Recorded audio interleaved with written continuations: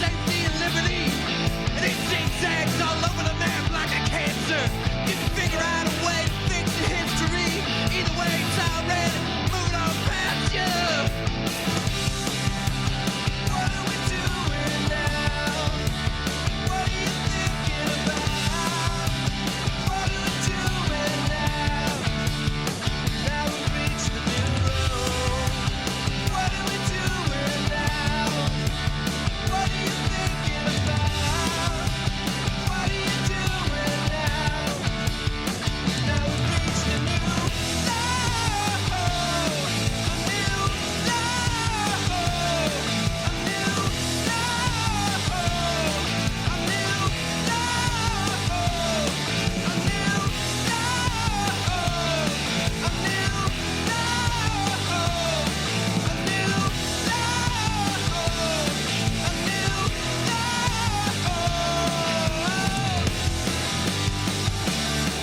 Correct. I'm not a perfect person.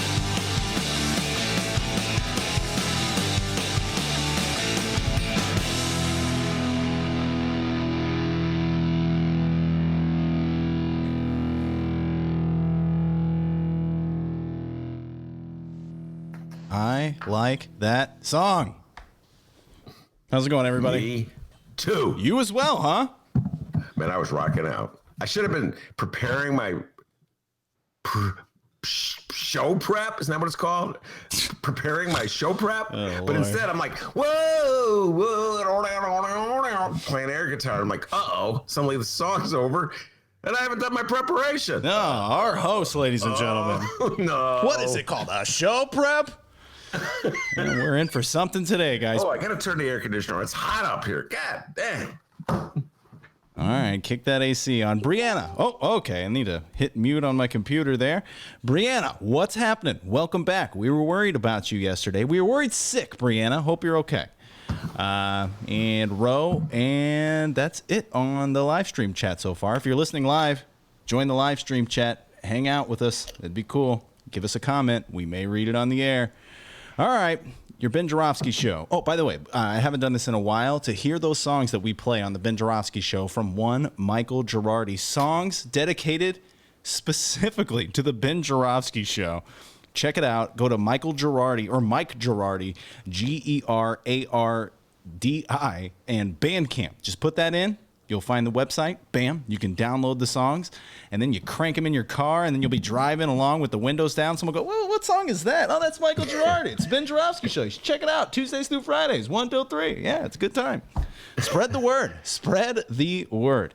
All right, we're going to do, like we did last Friday, we're going to do a shortened local news, and then we're going to get right to our interview at 1:30 with Kelly Cassidy. That's right. Kelly Cassidy's going to be talking Madigan Gate. She was in the news yesterday. As soon as the news broke, I was like, Ben, get Kelly Cassidy right now. And he was like, oh, D, good Lord, cracking the whip. And I'm like, yes, come on. And so we got Kelly Cassidy. So I'll be hitting her up via Google Meet, our new favorite device. Isn't that right, Ben? I love it. By the way, that's exactly how it went down. That's how it goes on this show. Dennis goes, come here, son. I want KC, and I want you getting back to me in 15 minutes. No, yeah, maybe, she might show up. I'm like, yes, sir, Mr. D. There we go. That's how it works, right, D? Yep, a little behind-the-scenes action there for all of you. All right, your Ben Joravsky show featuring State Rep Kelly Cassidy for Friday, July 31st is just moments away. But before we do this, let's thank these unions for sponsoring our program. Unions like the International Brotherhood of Electrical Workers, Local 9. Oh, the police are coming by here. Oh, here they come. It's the last Ben Joravsky show for Dennis. Here they come. Oh, my gosh. Hey. Okay. You guys talking about Madigan in there? All right, here we go. Unions like the International Brotherhood of Electrical Workers, Local 9. The International Union of Operating Engineers, Local 150 are sponsors, as well as our dear friends at the Chicago Federation of Labor.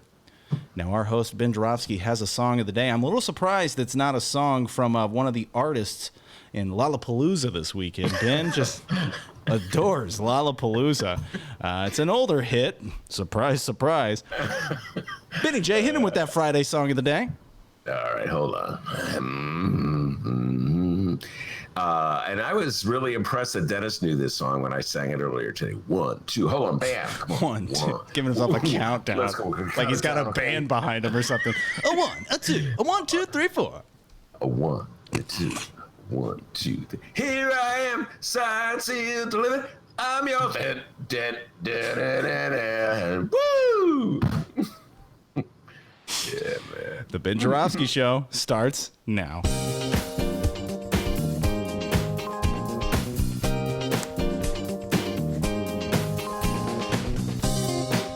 It is Friday, July 31st, and live from my apartment and Ben's attic, this is the Ben Joravsky Show.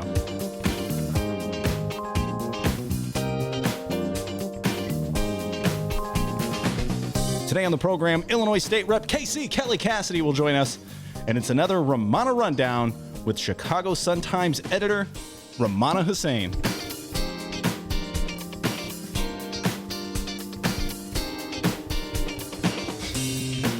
And now your host, signed, sealed, delivered, he's yours? Chicago Reader columnist Ben Joravsky.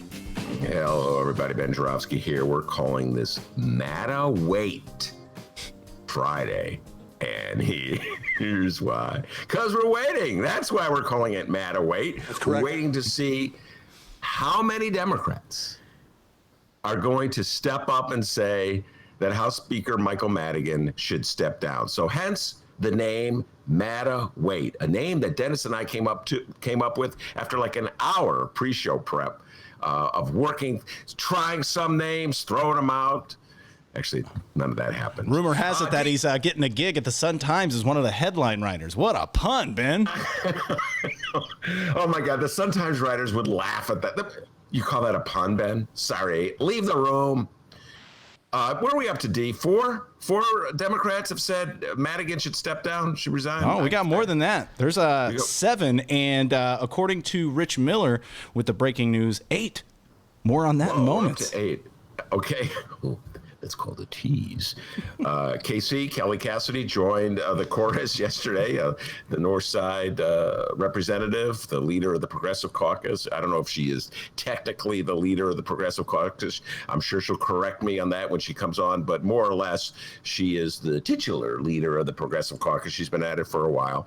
And she has been unafraid, KC, Kelly Cassidy, to speak out against Madigan. If you recall, she spoke out against him during the Elena Hampton situation that went down about 2 years ago when Elena Hampton emerged to say that Madigan had ignored her requests for assistance to try to get another Madigan operative to cease and desist. I know this is very complicated for our out-of-state listeners, D, and I realize that I tend to live in a bubble, my Chicago, Illinois bubble, where I just assume that everybody instantly knows who Michael Madigan is, who Kelly Cassidy is, who Elena Hampton is.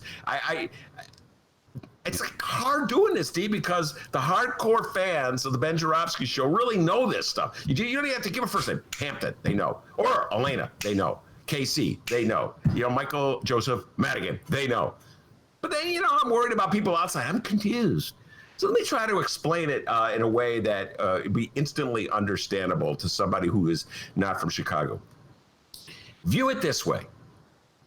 Michael Joseph Madigan is the leader of the Democratic Party in the state of Illinois, and he is, in some respects, just follow me and just bear with me in this, in some respects, he's the Democratic equivalent in Illinois to what Donald John Trump is for Republicans nationwide. And that is a figure of immense power and authority for whom many party members are really scared to protest, to call out when they clearly do something wrong. Now, Michael Joseph Madigan had got snared up in a scandal. Commonwealth Edison has pled guilty to having attempted to essentially bribe Madigan by putting his cronies on the payroll and doling out contracts to other of his cronies and putting one of his pals on their board. They've agreed to pay a $200 million fine. So they have confessed to a serious charge, all right? Madigan says, even if those people were hired, He was not in any way tempted to do any favors for Commonwealth Edison, so he should hold on to his job. I personally believe that ethically, that's too far, even for a state like Illinois, which is notoriously corrupt. Although, Diaz, I think about it, I don't know how much more corrupt Illinois is than any other state, but let's just put that to a side. I think it's too much. I think he should step down. He's been in office for an awfully long time. And it's hard for me to say this because I sincerely appreciate the role he played in those 4 years, from 2014 to 2018, when Illinois was ruled by a right-wing Republican named Bruce Rauner, who was trying to do to Illinois what Scott Walker did to Wisconsin, and that's destroy unions. So I sincerely appreciate what Michael Madigan did, but I believe he's gone too far, and I believe he should step down. And I believe the Democratic Party should take the next step to sort of changing its image at the very least, if not its practice. So that's essentially what's going on here in Illinois. But it's really difficult for Democrats to step up. It's easy for me to say this. I'm just some guy in my attic talking. I'm not a state rep. I don't depend on Michael Madigan for my positions on various committees, or whether I get my legislation through, or where my office is in Springfield, or who my aides are, or anything. Any of the things that a state rep would need from a powerful speaker. I don't depend on Madigan like that. I don't have any. I don't owe Madigan any favors. He never did anything for me, so there's no loyalty between me and Madigan like there probably are for many of the state reps. Hold on now. He did give you that interview on WCPT 820, so I mean he did give you something. Yeah. What ended up we at WCPT? Oh yeah, they fired you. Okay, all right. There you go. Like I said, I don't owe him any favors. A lot of good that interview did me. Huh? When they fired me, they didn't say, we've decided to reconsider firing you because of that great interview you did with Michael Joseph Madigan. Jaworski, we were on the fence about giving you the heave-ho here, but boy, that interview with Madigan. Bro. Just always got to add the bro. Inside joke for Dennis and myself. Anyway. So it's easy for me to say, oh, yeah, get rid of Madigan. Okay, I understand that. I appreciate that. But I do believe the Democratic Party should begin the weaning process. All right, that's me. Now, but I also say this, because it's really hard for me just to pretend as though Trump is not happening while we're in the middle of Madi-wait. Think about it, D. Madi-wait. Madigan Gate, Madi-wait. And that brings me to a column in today's Sun-Times, which I thought was excellent. It was written by Mona Sharon. I'm not sure if it's Sharon or Sharin. Whenever I talk about her generally to Rummana, I always get it wrong, and Rummana corrects me. And now I can't remember what it is. Charen. And she is a conservative columnist. I don't think I agree with her on any issue of the day when it comes to policy. But I have to say she shows a lot of courage and guts because she has consistently criticized Donald Trump and called on Republicans to have a revolt in their party. She thinks he's a tyrant. She thinks he's a bully. She thinks he represents absolutely nothing that the Republican Party should stand for. In other words, she's showing courage in the face of the most powerful man in the Republican Party. Okay. And so she wrote a column today. Republicans have become the burn it all down party. It's in the Sun-Times if you want to read the whole thing. And she points out what I've been saying all along, that Republicans, no matter what Trump does or says, Republicans are very afraid to speak out. And she points it out. And part of it is because they're afraid that he'll turn on them and they'll lose their seats. And I'll read to you what she writes. So it is possible to speak up about this president and survive. I use the word advisedly because these Republican office holders often use words like, quote, kill or destroy or annihilate when contemplating what Trump would do to them if they raised their heads too far above the parapet. In fact, all that actually threatened them was the possibility of nasty tweets and the chance that they might lose their seats, end of quote. And yet they still won't speak out.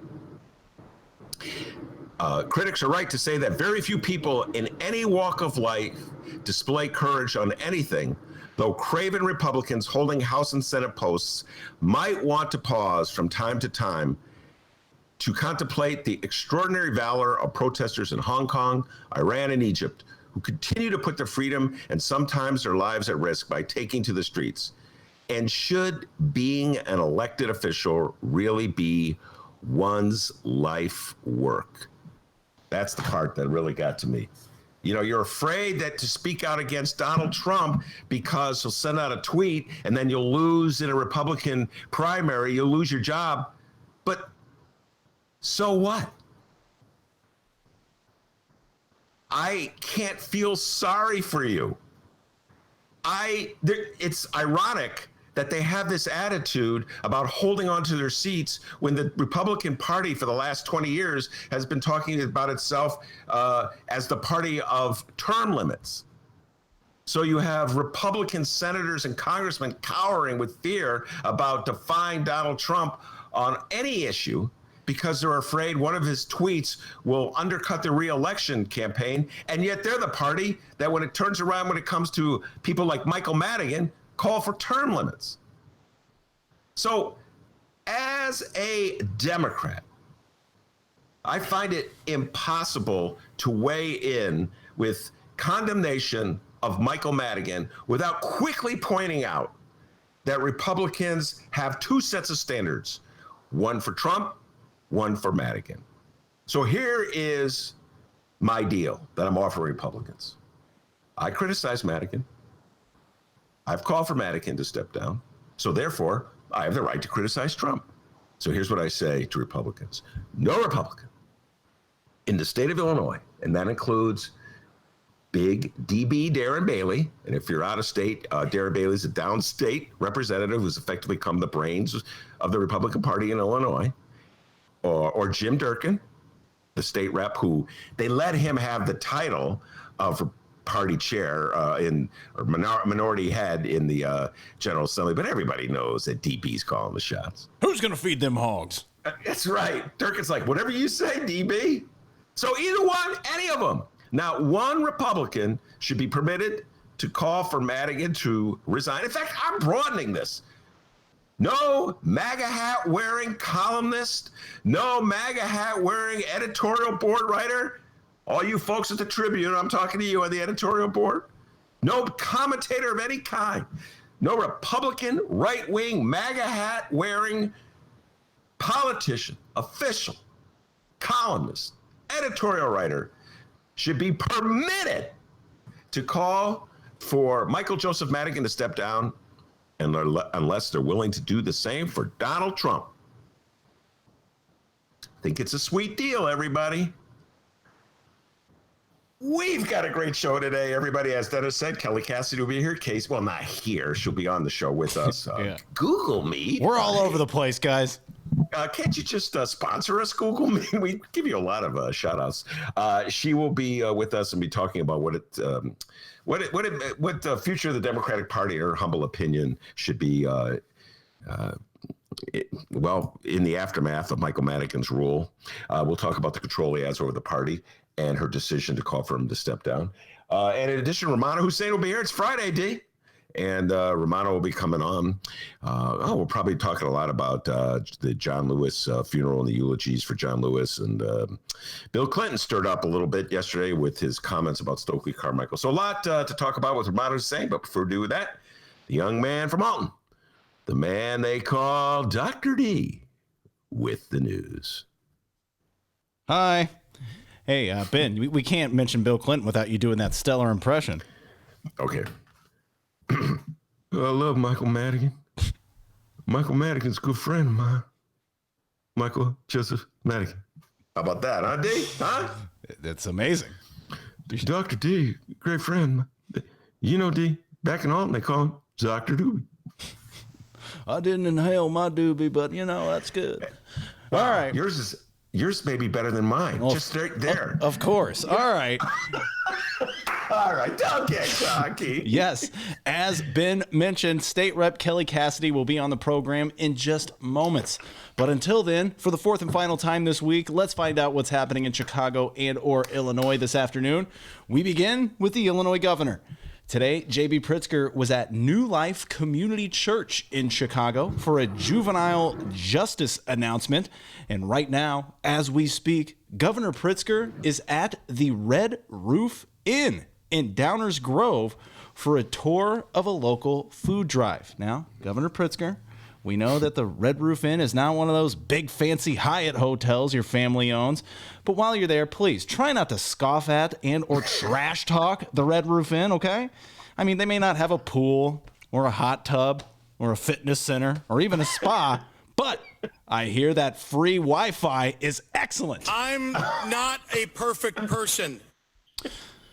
So that's basically what the governor's got going on today. And we'll be discussing the governor's Thursday COVID-19 press briefing in Peoria later on in the program. So let's move on.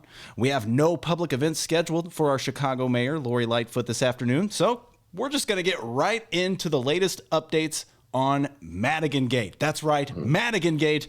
The time when the utility giants Commonwealth Edison, aka ComEd, allegedly admitted to arranging jobs, contracts, and payoffs to Democratic House Speaker Mike Madigan's associates. Allegedly. So we mentioned a few names on Thursday's program, names of elected officials who have asked Speaker Madigan to step down immediately after learning of all this. We got Senator Heather Staines, State Rep Tara Costa Howard, Senator Melinda Bush, of course, not Will Guzzardi, and Senator Iris Martinez. And just as we ended Thursday's program, another state representative was added to that list. Was it Will Guzzardi? Yeah, right. It was State Rep KC Kelly Cassidy. Yes, the aforementioned guest who will be on the program in just moments. Now, typically when Kelly Cassidy gets involved and speaks publicly on an issue or a law in the state of Illinois, watch out. She gets that ball rolling and she gets results. That's correct. Take her work on legalizing recreational marijuana in Illinois as an example. So when that news broke, Ben, myself, along with Ben Joravsky's show devotee, Frank, thought, oh, it's on. Madigan's going down. The old feller's on the ropes. But not so fast, because while Madigan may have been born at night, it wasn't last night. Am I right, Ben? That's correct. That's correct. That's correct. The following comes from NBC5 Chicago, Marianne Ahern and Shelby Bremer. Illinois House Speaker Michael Madigan said Thursday evening that he has, quote, no plans to resign. Multiple Democratic lawmakers told NBC5 that Madigan contacted them individually on Thursday to gauge support and asked if he should step down. NBC5 is not identifying those lawmakers who requested... Profiles in Courage, Chapter 4. Oh, I'll tell you, he called me. Please don't mention that he called me or that I told you he called me. I could get in trouble. How can you expect a Democrat to say, I think he should step down if they're even afraid to say, he called me? I just like cracking. Oh, off the record, he called me. Don't use my name. Okay. NBC5 is not identifying the lawmakers who requested. Wouldn't want to do that. They requested anonymity to openly discuss the ongoing developments. But we have part of Madigan's statement. When I get done reading this, Ben, feel free to weigh in here. All right. Here's a part of Madigan's statement. Quote, I understand, and no, I'm not doing the Madigan impression, guys. I'm just reading it as Dennis. All right, here we go. Oh, hello? Boy, your phone, is that a razor? Yeah. iPhone. He has an iPhone 5, guys. Okay. Here's the part of Madigan's statement. Quote, I understand that the last couple of weeks have been difficult for our caucus and party, and I have had many candid conversations with members of the Democratic caucus on this matter. The feedback is positive and demonstrates continued support for me and my leadership roles. I have no plans to resign.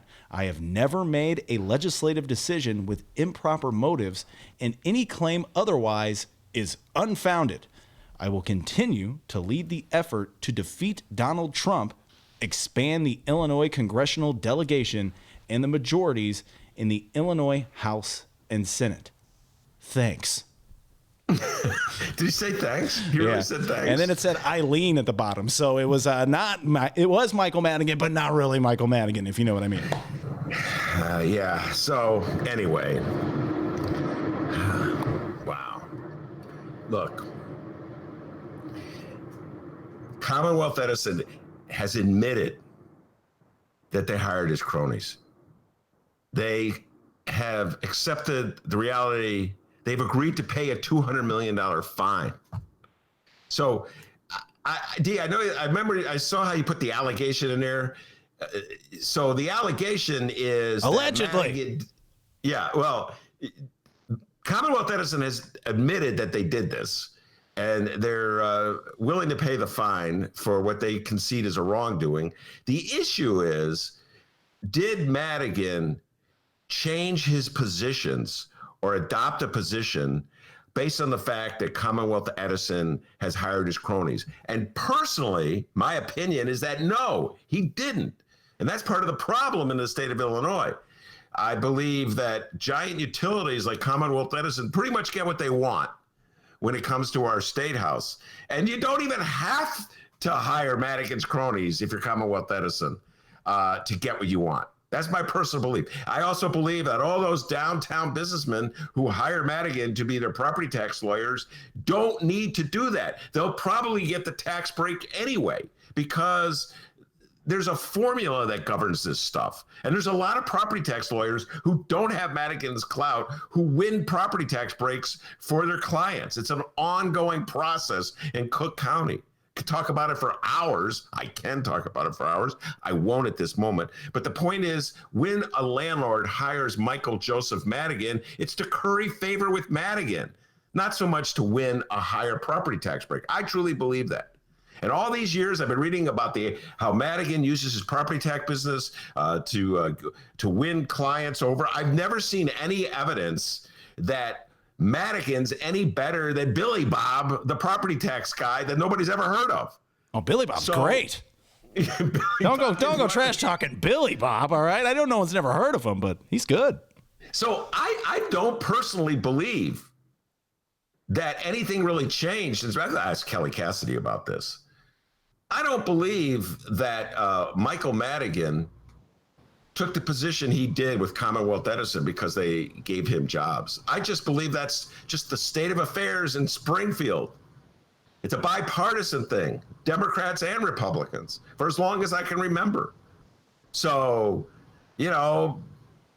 why did Commonwealth Edison do it? I don't know. It is just a culture of politics in Illinois and Chicago.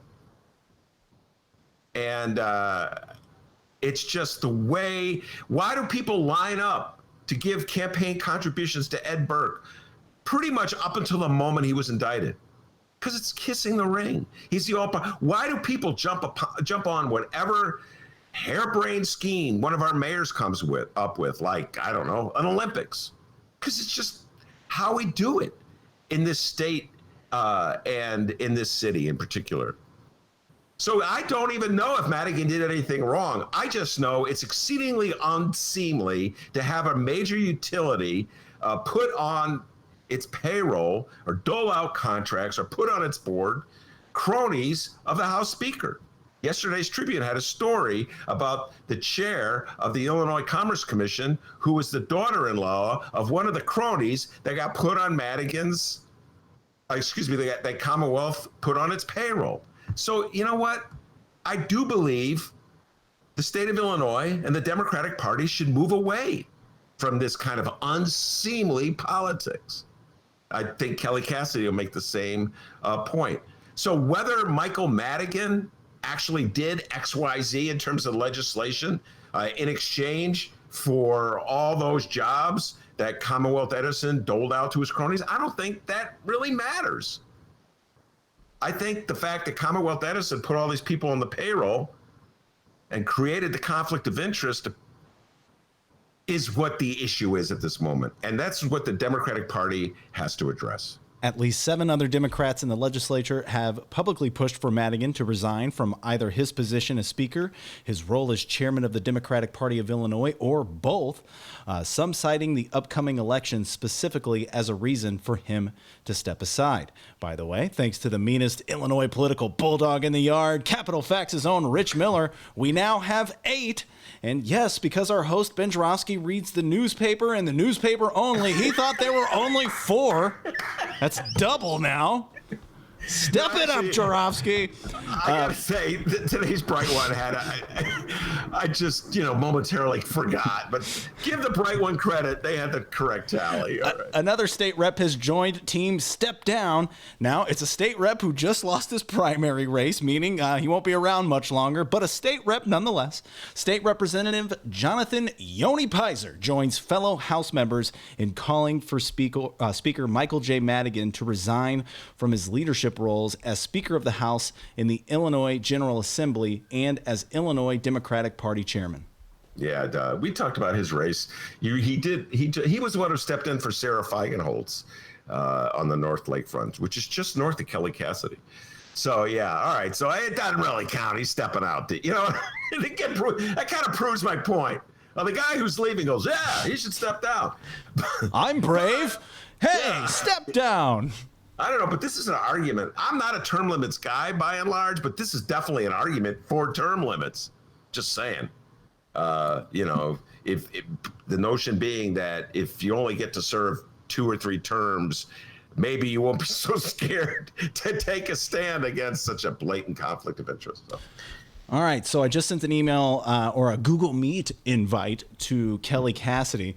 We're going to wait for her to join us. And in the meantime, I'd like to encourage all of you to download this weekend's Benny J bonus interviews. That's right, the hardest working podcast in Chicago and maybe America, just saying, is at it again with weekend bonus interviews. Not 1, not 2, but 3 bonus interviews for you to download at both Chicago Sun-Times and Chicago Reader websites.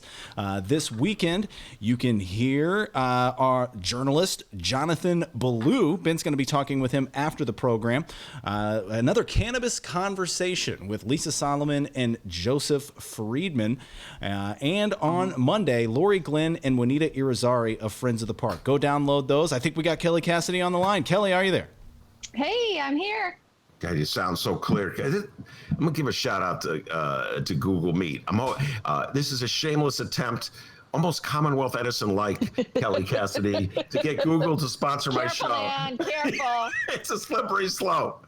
By the way, you still got Lori Lightfoot behind you? The last time you were on the show, she was there. Yeah, but look, she's got a new hat, a new mask. Upgraded. Upgrade. Okay, folks can't see this. Only I could. Thanks to Google Meet, I could see Kelly. Thanks to the fact that my computer is from the Clinton administration era, she can't see me because I don't have a camera. But I could see that there's a what is that? It's a cutout, a cardboard cutout. It's a flat Lori. Yes. Yeah, and she has a hat. She's wearing a nice little straw hat. She's got a White Sox mask. Can you believe I allow that to happen in my home? No, come on. And usually she's facing out, and there is a little kid in the neighborhood. I kid you not. It makes me laugh every time. Who, on his walks with his parents, a little toddler, says hi to. I have a unicorn squirrel feeder in my yard. Hi, unicorn, and then cheeps at the birds, and then says hi, auntie, and runs away. So he comes by to say hi to Lori every day. That's very cute. Auntie Lori Lightfoot. All right, very popular on the north side, but let's not talk about Lori Lightfoot at the moment. Let's move on to talk about Michael Madigan. And at the end of yesterday's show, one of our listeners, Frank, sent me an email of your statement where you said that, in your humble opinion, it was time for Michael Madigan to step down. I wasn't surprised. I said earlier in the show, you spoke out. You didn't call for him to resign, as I recall, when Elena Hampton went public with her story about how Madigan ignored her pleas. But you were very critical of him. So I wasn't really surprised that you did it. Why don't you explain to people your motivations and your reasons for making your announcement yesterday? Well, honestly, for the last couple of weeks, after I made what I now refer to as the if-then statement, if he or his closest allies are involved in this most recent scandal, that he should resign. And honestly, it just didn't sit well with me. Most of us were in that lane, but the more I thought about it, the more I thought about the cumulative impact of all of these things that we've witnessed. As you mentioned, my pressing him around his response to sexual harassment issues. This drip, this steady drip, has just become, too much. And, fundamentally, I respect and hear my colleagues who talk about innocent until proven guilty. They don't want to make a statement about this while it's pending. He deserves due process, and he does. He very much deserves due process with regard to the potential legal charges that could be brought.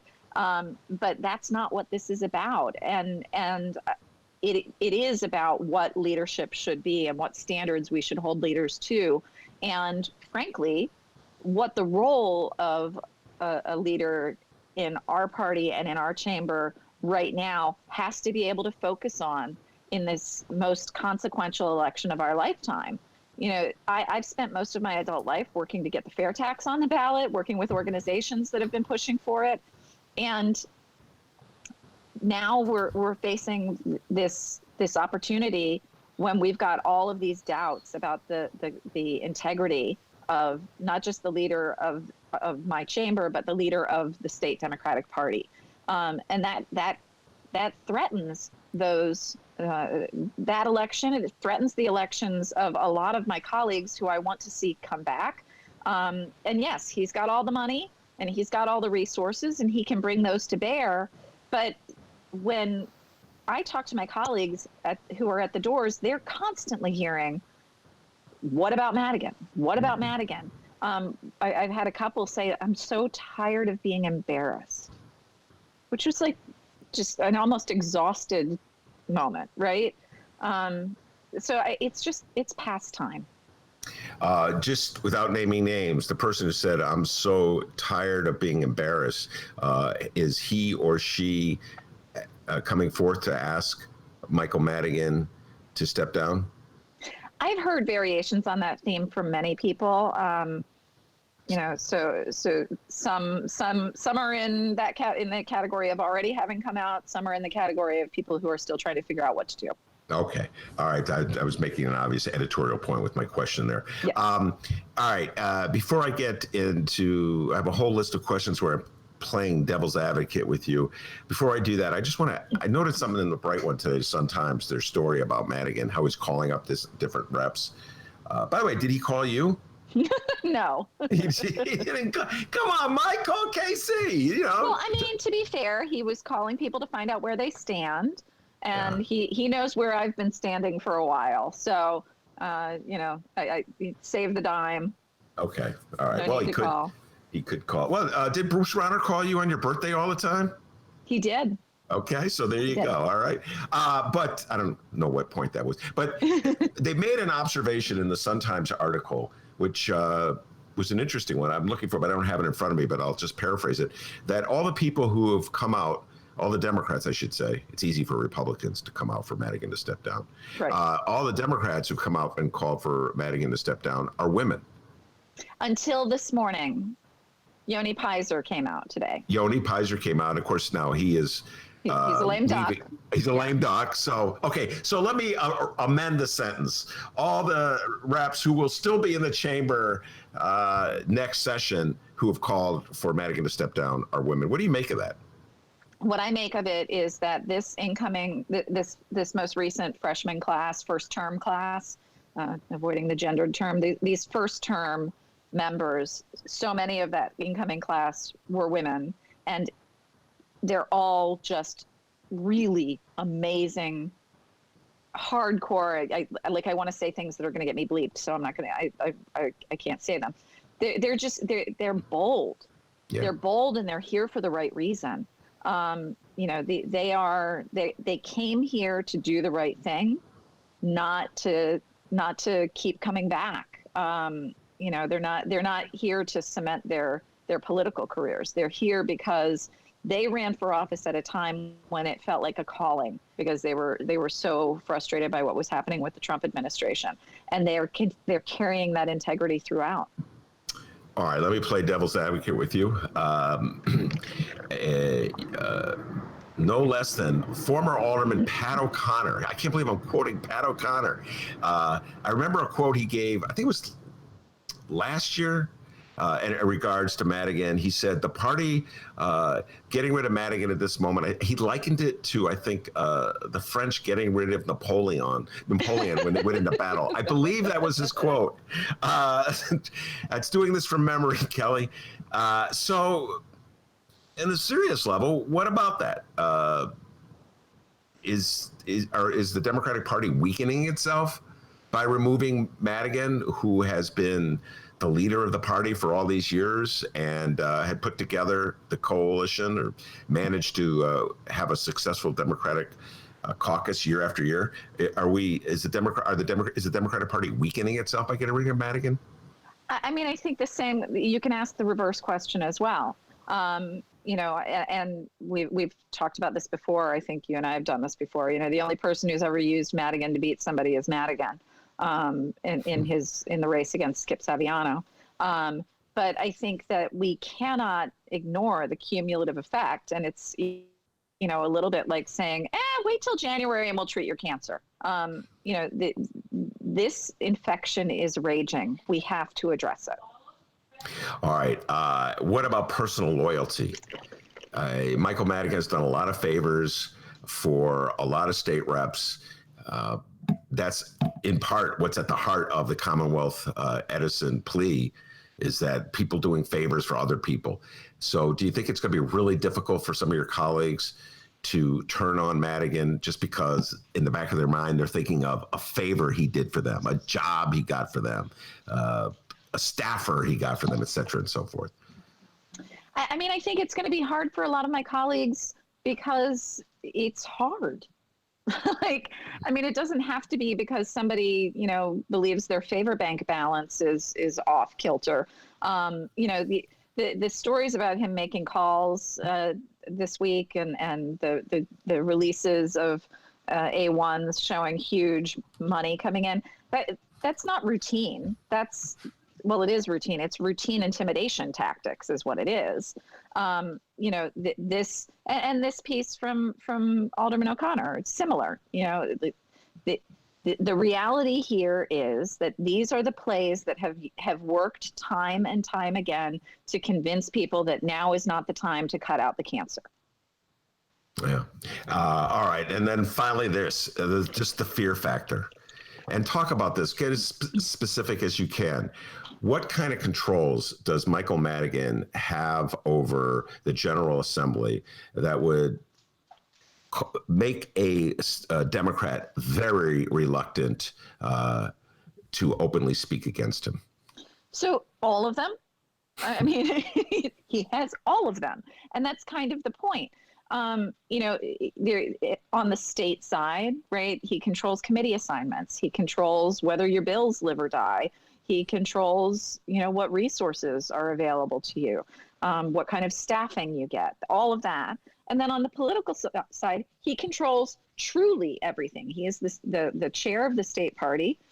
And as such, has made his practice has been that, he does the fundraising and doles it out very often. And even for people that he doesn't do that for, there are super creepy factors. Like, I've always done all my own fundraising, but I can't tell you how many times over the years, having done, spent my time on the phone raising money, and then I get an envelope from him, either DPI or Friends of Michael Madigan, with a note from him with checks in it, the checks that I made the calls to raise, but people would send the money to him first and then they'd send it to me. Wow. Currying favor with Madigan. I've always said this, get your thoughts on this, that the landlords downtown who hire him for a property tax lawyer don't need to do that to win a property tax break. Right. A lot of lawyers get property tax breaks for a lot of different clients Kelly, without having the political clout of Michael Madigan. It's largely I could show you this. You fill out a form, for crying out loud. It's a formula that dictates. You don't have to be Earl Warren to do this stuff. Right. So I've always believed it was just currying favor. So what you just described is more the same. You're currying favor with Madigan. Yeah. It's, how many pies does he have to have his fingers in?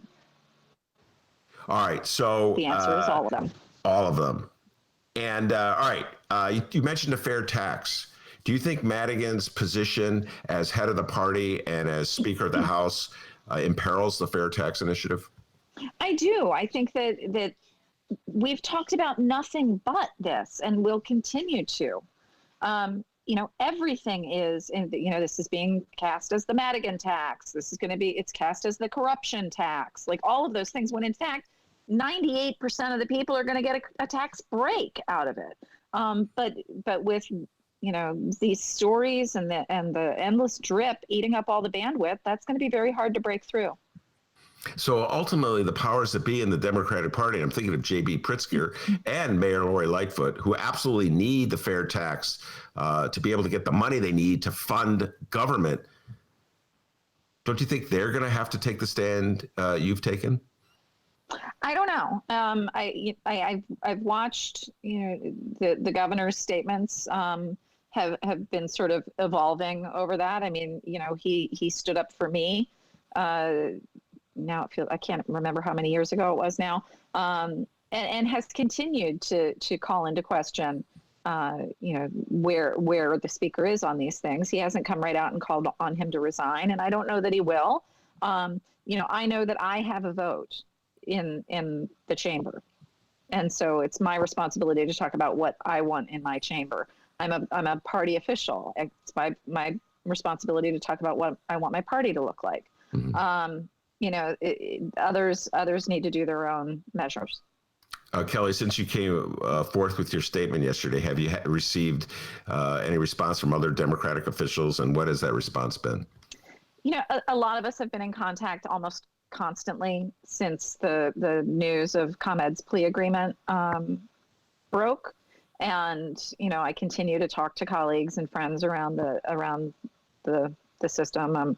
Whether it's other members of the General Assembly, other elected officials, other party officials. It does feel like this has been all we've talked about for a while. But are they saying like, congratulations, I wish I had the guts to do that? Are they saying things like that? Some of that. I've certainly not gotten anybody who's reached out to me and yelled at me for it. But I imagine there's also probably somebody sitting there going, why would they bother? But yes, the feedback has been overwhelmingly positive. And so if not Madigan, who should be the speaker?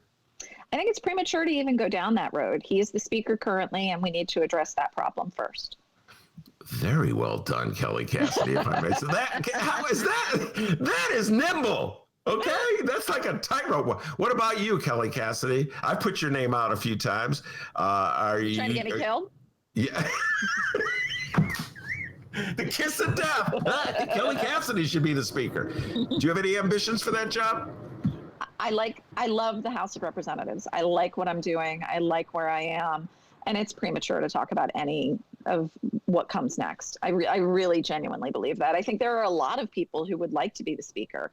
I've joked that I've been to the funerals of people who were waiting to be next. So I think that if we come to that place, it's going to be a pretty interesting situation. We just saw it play out in the Senate with a fair amount of chaos. I think this will be even more so. All right. Very good. Kelly Cassidy, thanks for coming on. I appreciate it. And we're now officially launching Kelly Cassidy for House Speaker. Actually, if I want that to happen, I should not say it, because if I'm going to say it, by the way, let's just close by saying something that every time I do one of these, an interview, or I call out Madigan and say he should resign, and I'm with you. I think he should step down. Now, and I do want to say one thing about in all seriousness, about this question of whether I'm interested. The bottom line here is none of this that I have done over the years, including today, where I sit, has been about what I want for me or any personal ambition. It's been about a responsibility to call it out and to point to the problems and try to steer towards solutions. This is not anything more complex than that. And I know people need to feel that it is, right? But the truth is, this is a problem we have to solve. All right. And where I was going to go is to say, I really am troubled. I started the show by saying this. I say this virtually every day, by the hypocrisy of the Republican Party. So I cannot have one of these conversations with you or any of my other progressive friends or any lefties. I got a lot of lefty friends who want Madigan to step down. I cannot have this conversation without immediately saying how hypocritical the Republicans are. They are so fast to denounce Michael Madigan and call for him to step down. And they are cowards, I don't know any Kelly Cassidys in the Republican Party in regards to John Trump. Can you think of one Republican official in the state of Illinois, elected official, who's called for Donald Trump, who's, by the way, among his many crimes, has been accused of rape? Just want to throw that out there. Can you think of one Republican who has called for Donald Trump to step down? In our chamber? I don't believe so. I don't think any of ours have. That said, I mean, I'm pretty proud of our Republican caucus. In our bill last session to prohibit for-profit immigration detention centers, we got 16 votes out of that caucus for a bill that was a direct repudiation of Donald Trump. So I just want to, I hear you, and I don't disagree with you on that hypocrisy front, but there have been moments, there have been glimmers of hope. They have their moments and glimmers of hope. Inching. And when Trump is gone, they go, Kelly, I was against him the whole time. I was there with you the whole time. I was right there with you. All right, Kelly, stay safe and sound. Thanks for coming on the show. I appreciate it. Take care. Thanks. Bye-bye. All right, that's great, Kelly Cassidy. Do you want to take a break? And then, before we go to a break, though, we want to give some advice. Maybe you can help out our live stream chat listener. By the way, Kelly Cassidy, man, she's awesome. I miss Kelly Cassidy. We haven't had her on in a while. Yeah, she was always a lot of fun when she came in the studio. Bit of a wiseacre, as am I, so she could give as good as she can take. I love Kelly Cassidy. And Brianna, first off, it's Ro who we're going to help out with some advice. But Brianna said here, ooh, a duck and a dodge from KC. Nicely played. We haven't done this in a while, Ben Joravsky, but let's do a little This Week in Duck and Dodgery. On a 1 to 5 star scale, how good was that duck and dodge from Kelly Cassidy on that speaker question? 5. Brilliant duck and dodge. Okay. She's like, Mama didn't raise a fool, Ben. Okay. You can ask me that question, but watch this little soft shoe. It's Ginger Rogers out there. No. Oh, hang tight, millennials. Okay. Millennials are like, who? Yeah, I'm like, who the hell's that? All right, I'll update it with a John Travolta. Millennials, huh? What? Oh, yeah. Millennials, Gen Xers are like, yeah, Travolta. All right. Let's help out Ro here, all right? Maybe you've been down this road, and you can help her out. Ro on the live stream chat. By the way, Ro, you're awesome. Thank you so much. Keep listening and keep on live chatting here. She says, I have friends that aren't politically savvy. I'm always telling them how terrible and corrupt re-thugs are. That's what she calls Republicans. I'm always telling them how terrible and corrupt re-thugs are. And something like this, Madigan Gate happens. And then those people say, see, both sides do it. Embarrassing. What can you tell Ro here to maybe help her out when that happens? I struggle with this all the time. I know exactly what you're talking about. And I mentioned this, that so much of my life has been writing critical articles about Democratic machine leaders like Madigan and Daley and Rahm. And the ethics in this state, in this city, are intolerable. And it's easy because of the way so many of my Democratic friends, in quotes, behave. And the way they act, it's easy for Republicans to use those Democrats as a punching bag and get people cynical about politics in general. And Dennis talks about this all the time when he goes downstate with all the Pritzker signs. And so it's like, easy targets for Republicans. And that's why it's kind of unfair, because Democrats have to deal directly with issues like sexual harassment. So for instance, Al Franken. Should Al Franken get to remain a senator? Or should we just say, well, we'll put up with his shenanigans because he's popular and he's a senator? And the Democrats say, no, he should step down. And the Democrats have to deal with these issues because they're very important to the people who vote in the Democratic Party. Whereas sexual harassment, it's just one case, does not matter at all to Republicans. They don't care. They've elected, their leader has been accused of rape. There's a lawsuit against Donald Trump. So you make a very good point. It's like there's a double standard. Democrats have to play by one set of rules. Republicans have no rules. It's the same thing like with a balanced budget. When Republicans claim that they believe in a balanced budget and they're against deficits, until Donald Trump is president, they don't care about them. So it's really hard to have a legitimate political discourse with a party that abides by no rules, has no standards, changes its points of view from day to day based on whoever's in office, and tolerates an alleged rapist like Donald Trump as their president. It's really frustrating. It's very difficult. And you're right. If you're talking to people who listen to the Ben Joravsky show, they're pretty much political junkies and political geeks. They really follow this stuff and know it really well. I mean, I got to say this from the comments that our show's followers put on my Facebook page. They know their politics really well. But the vast majority of people are only half paying attention. They see an ad that Bruce Rauner paid for denouncing Madigan, and they hate all Democrats. They go, oh, they're all that way. Democrats. So here the Democrats are struggling with what to do with Madigan, and the Republicans, not one word about Donald Trump. So I share your sense of frustration. It's a disadvantage to a degree that the Democrats have when they go forth into elections like this one coming up. And it's just a reality. I don't know what can do to change that, what we can do to change that without following the advice of David Ferris. I keep putting him out there. You got to change the system that gives Republicans an advantage, starting with the Electoral College. And so until Democrats are willing to confront the disadvantages they have in the overall political system, they're always going to be struggling against these double standards. All right. And you just mentioned them. You can download our interview with David Ferris. We had it. It was a weekend bonus interview last weekend. Both Chicago Sun-Times and Chicago Reader websites, and wherever else you download your favorite podcast, that's where you can find this weekend's Benny J bonus interviews as well. All right. Before we go to Rummana, one more comment here on the live stream chat. Our good friend Jeff weighed in. Very smart man, this Jeff. And let's get your thoughts on this, Ben. Jeff says, I'm surprised that Madigan doesn't have a succession plan with someone that he was grooming, ready to replace him. Because, after all, he is like 78. You know what I mean? Yeah, Jeff, that's Chicago politics right there. And the same thing was with Daley. Richard M. Daley, he was, it looked like Daley was like, it seemed like he was just going to be mayor forever, like his father, who's died in office. Richard J. Daley died in office back in 1976, I want to say. Anyway, it looked like Richard M. Daley had the same plan, and then he just stepped down, and there was no obvious successor, although in the last few months it's pretty clear that the Daley clan let Rahm Emanuel know that it was his if he wanted it. But up to then, nobody had been groomed.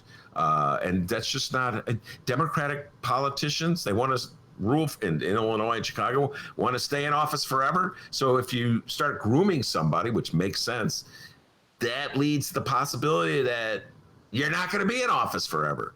So yeah, that's the mindset of all powerful Democratic politicians. And there's no obvious successor in the House to replace Madigan if he were to leave. Oh, okay. Jim on the live stream chat says Lisa Madigan, maybe? That's an easy one, right? Lisa Madigan, I thought was going to run for governor. And the issue back then, I think it was 2010. I can't remember the year. The issue then was she couldn't run and have her father be the Speaker of the House. That was just too much power for one family. Even Illinois couldn't tolerate that. And so she decided not to run. which goes to, I mean, that's loyalty to one's father. So I can't imagine Lisa Madigan is stepping in and replacing her father. I can't see that. Live stream chat up top. That was good teamwork, guys. Excellent. Keep it coming. Send your messages our way. If you're listening live, don't be shy. Go into the live stream chat and send us your comments. You can say bad ones too, trash on our show, whatever. It's fine. It's all good. And we also encourage you to check us out on social media at Benny J Show, BENNY, the letter J Show, on Facebook, Twitter, and Instagram. You can send us an email, BennyJShow@gmail.com. And yes, I'm going to keep on plugging it. You can send us a voicemail. The Ben Joravsky Show has a phone number. It's a 708 number, and 708 numbers are cool.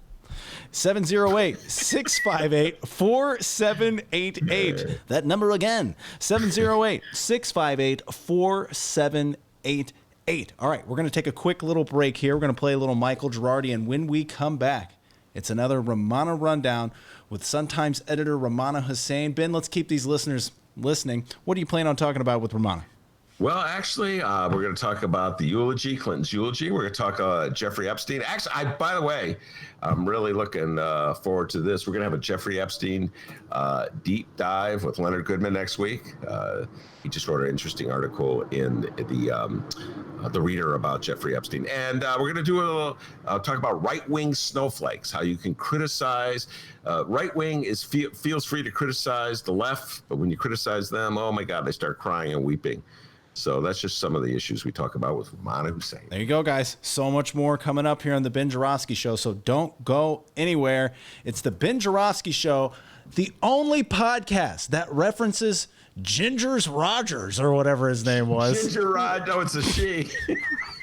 It's Fred Astaire and Ginger Rogers. You need some old listeners. Come on, there's got to be someone out there who knows who Fred Astaire is, no? Well, I know Fred on the live stream chat. He was talking all about it. But millennials, hang tight. So much political content on the way.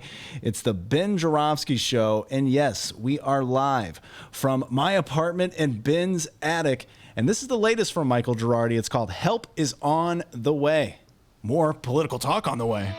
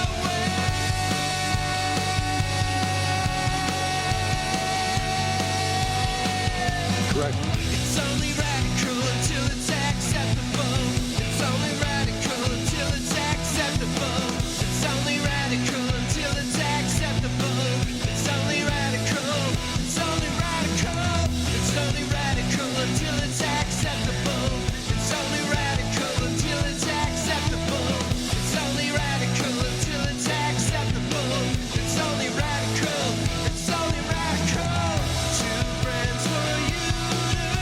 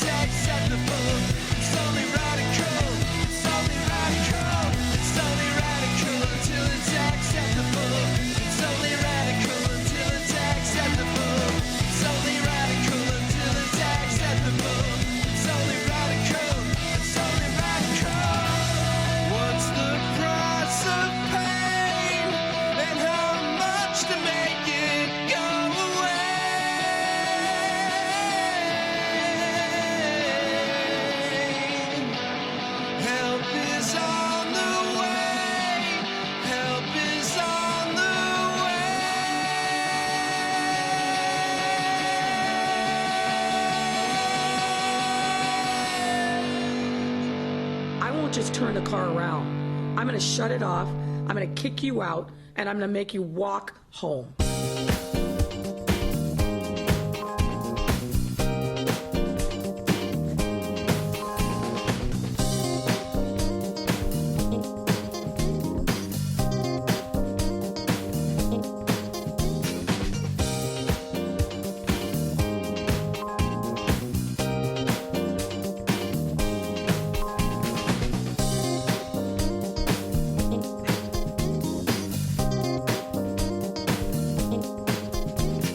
Hey everybody, how's it going? We're back. Ben, are you there?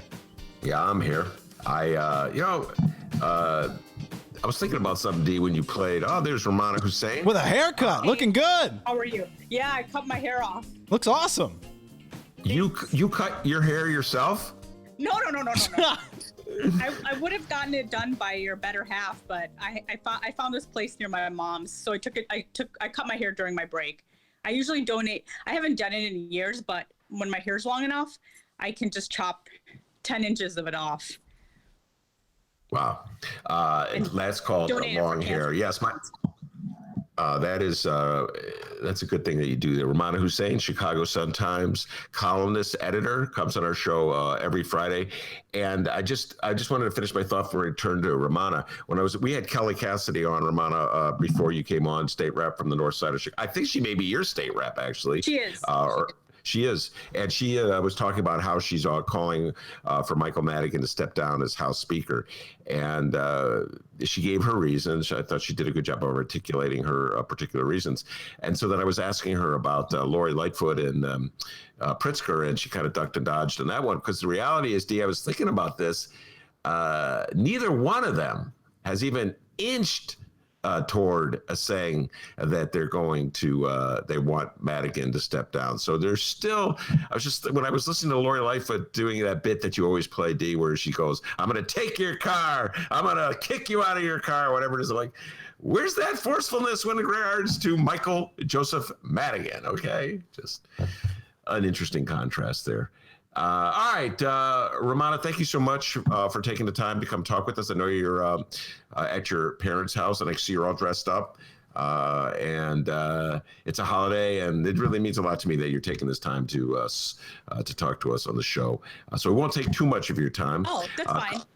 I'm actually at my sister's house, but it's fine. My older sister's house. Okay. And your friend Mick is downstairs, and one of my nephews, who's 12, is sitting with me. So I might ask him for his help on recommendations. Oh, all right. A younger recommendation. He's really into TikTok. Yeah. All right. We'll get into that in a little while. A number of things I want to talk about.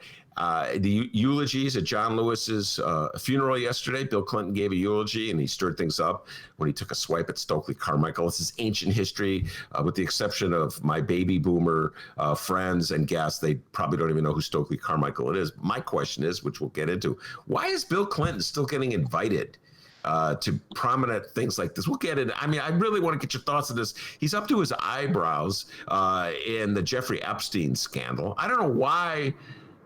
I just got finished talking with Kelly Cassidy about whether Michael Madigan should remain as the head of the Democratic Party. And I'm thinking, Bill Clinton gets invited to absolutely everything as though this Jeffrey Epstein thing is not going on.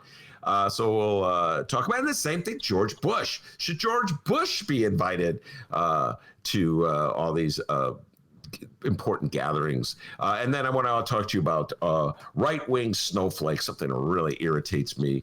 They're always quick to say, stop being offended, lefties, when we say offensive things about you. But if we say anything remotely offensive about them, they start sobbing and saying we're not being fair and we're so mean and cancel culture, et cetera, and so forth. So those are some of the things I want to talk about with you today, getting into recommendations, of course, and get that nephew of yours, get him working, because I'm going to put him to work for some recommendations from him as well. Let's start with the eulogies for John Lewis. General thoughts about Barack Obama's speech and Clinton's speech. Go ahead. I have to be honest, I didn't get a chance to listen to Barack Obama's entire speech, but I did listen to Bill Clinton's speech because I heard about the controversy. And Stokely Carmichael, remember I talked to him about you with him yesterday. I knew a little bit about him, but I didn't know the history with him and Mr. Lewis. So that was interesting. I kind of went back and started reading about that. And I learned a few things from listening to Bill Clinton. I have to admit, I was telling my husband and your friend Mick yesterday that, growing up, I never heard of John Lewis. I just never heard of him, and Mick is like, well, we don't really learn that much about too many civil rights leaders when we're younger, except, for Martin Luther King and maybe Malcolm X. And so, I thought it was interesting that, he said that he was the youngest guy that spoke at the March on Washington.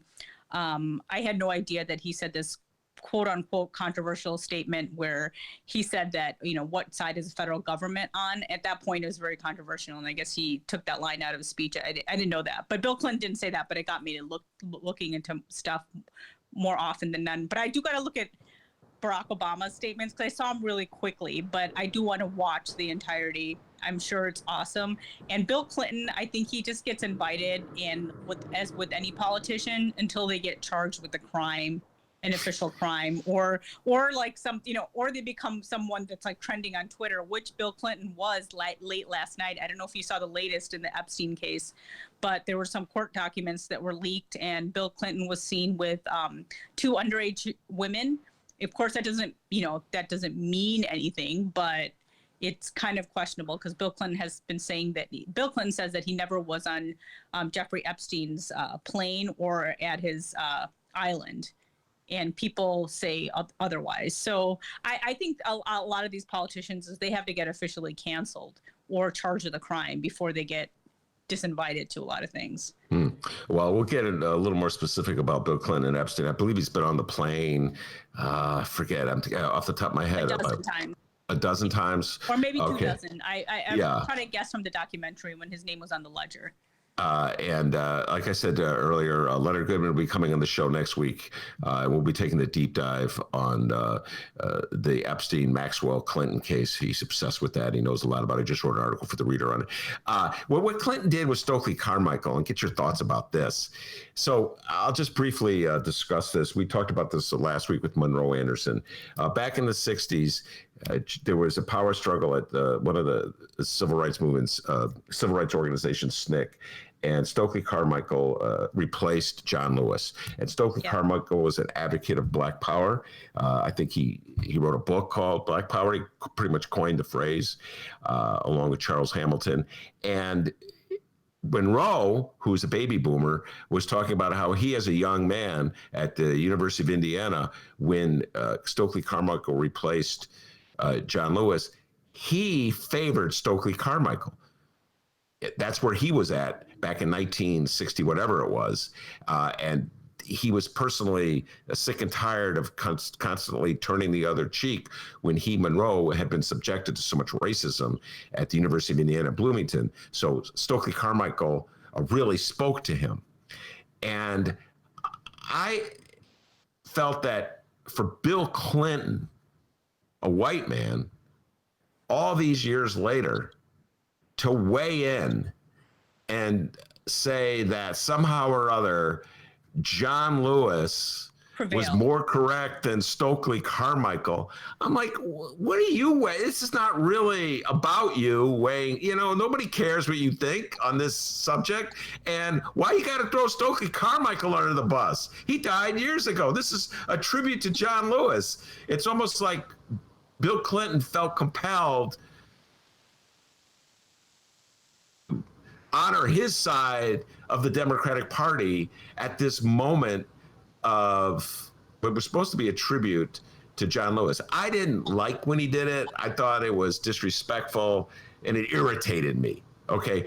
What was your reaction? Yeah, you know what? I actually was just watching, people tweet as the John Lewis Memorial, the eulogies were given out.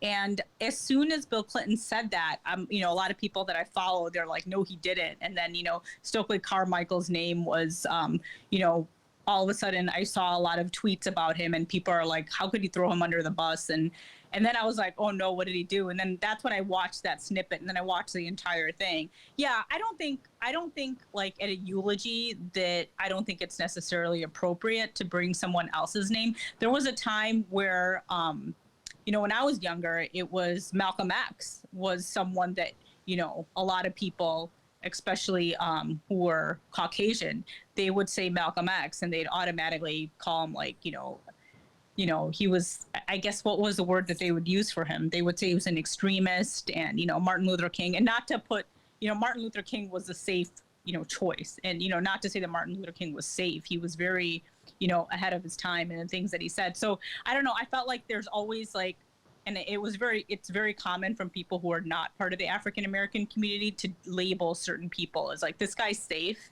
this guy isn't.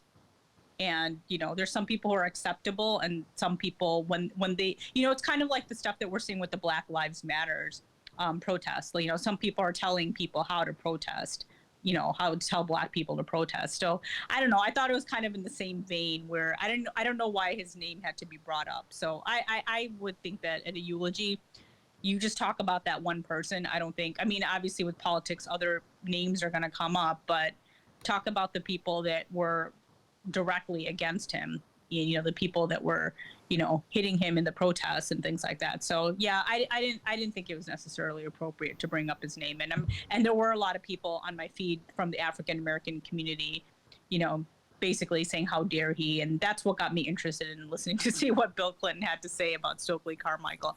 And it's interesting because I know the name Stokely Carmichael, but I barely had heard of him either. I knew the name, but I didn't know that much about him. So I was actually researching him yesterday too, and it seemed like he was more of a student of Malcolm X at the time, and maybe that's why he was really controversial or considered controversial at the time. So I don't know. I thought as a white man, I agree with you. I don't know if it was in his place to talk about why this way was better than that way, and not to take anything against John Lewis, because he was an exceptional human being and has done a lot of interesting things and did a lot for the civil rights movement, for sure. Absolutely. And my point is, and I have, this is the advantage of about, 15 years on you. So I like lived through all this stuff. I just don't I don't understand why one should feel compelled to trash Stokely Carmichael while extolling John Lewis. I don't know why you have to mention Stokely Carmichael at all. If anything, they worked in conjunction, because Stokely Carmichael was the threat, so to speak. And John Lewis could say, look, you don't like me? There's Stokely Carmichael. And so you could say they worked in conjunction that way. And I'll tell you this about Stokely Carmichael. I feel lucky. I got to see him give a speech once. We're now about Stokely Carmichael. He's freaking brilliant. He was one of the quickest thinkers I've ever seen. He was funny. And by the time I saw him, he was kind of losing it a little bit. So he was going off on all sorts kinds of wacky theories and stuff. But it was at the University of Wisconsin in Madison in about 1977.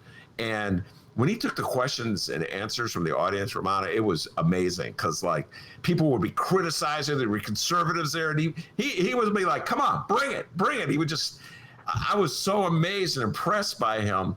And I don't know. I feel as though Bill Clinton was like sort of settling some old dispute in his mind that had nothing to do with John Lewis. I was irritated. But you know what? This goes back to the Epstein thing. I'm struggling with Bill Clinton these days, Rummana. And get your thoughts on this. This goes back to Donald Trump in 2016.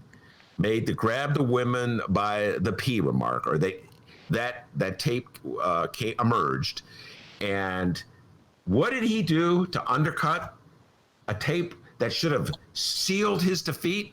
He brought forth to the stage for a press conference on the night of the debate. I forget how many women it was that had. It was 3 or 4. Well, whatever it was, who claimed that Bill Clinton had sexually harassed them. One woman claimed he raped her, and it just like really put a halt to so much of the opposition to him, and it enabled Republicans to say, Democrats, this is your guy. So don't act like you're all holy on this subject when you support Clinton. And ever since then, Rummana, I got to tell you, I have a lot of issues with Bill Clinton appearing at things. I know he gets invited. He was at Aretha's funeral. He spoke there. He was at the John Lewis. So it's like, well, he's an ex-president, Ben. It adds so much to it. But I don't know. I'm struggling with this. What are your personal feelings about this? Yeah, I mean, I think a lot of people have talked about Bill Clinton in the recent years, especially when Monica Lewinsky's life, that was a scandal that, was about to, unravel his presidency, but didn't. But that was the one incident or the allegations, well, we know what happened there, but it wasn't an allegation.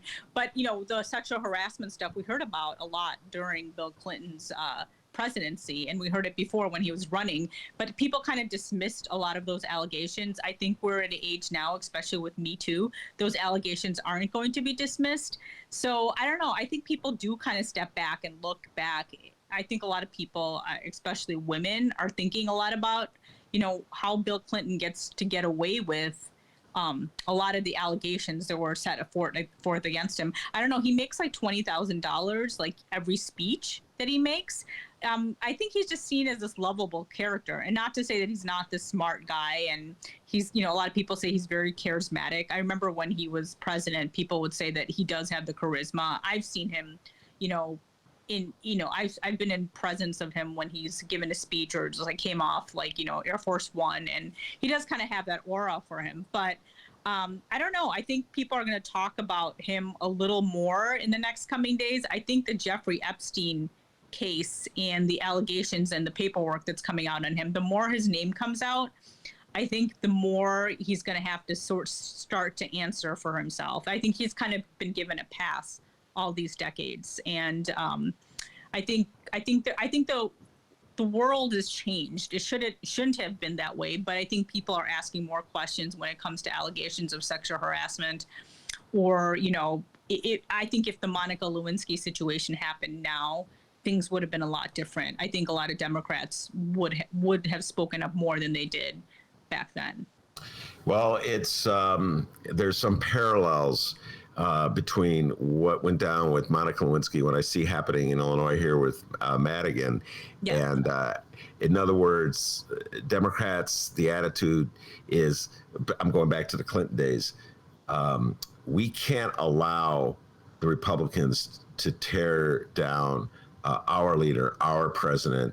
We have to remain loyal to our president.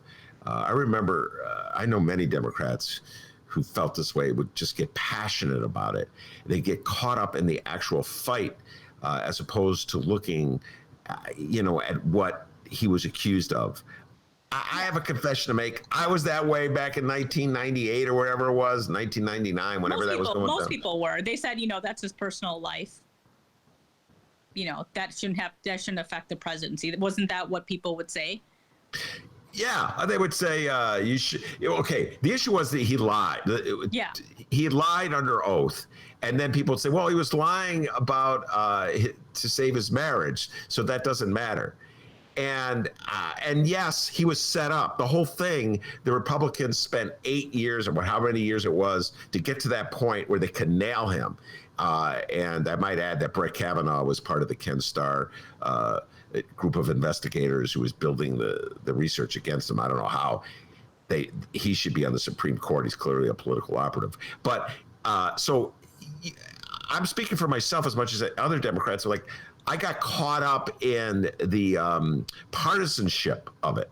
I think I lost track of the issue. A lot of people did. I remember at the time when it happened, a lot of people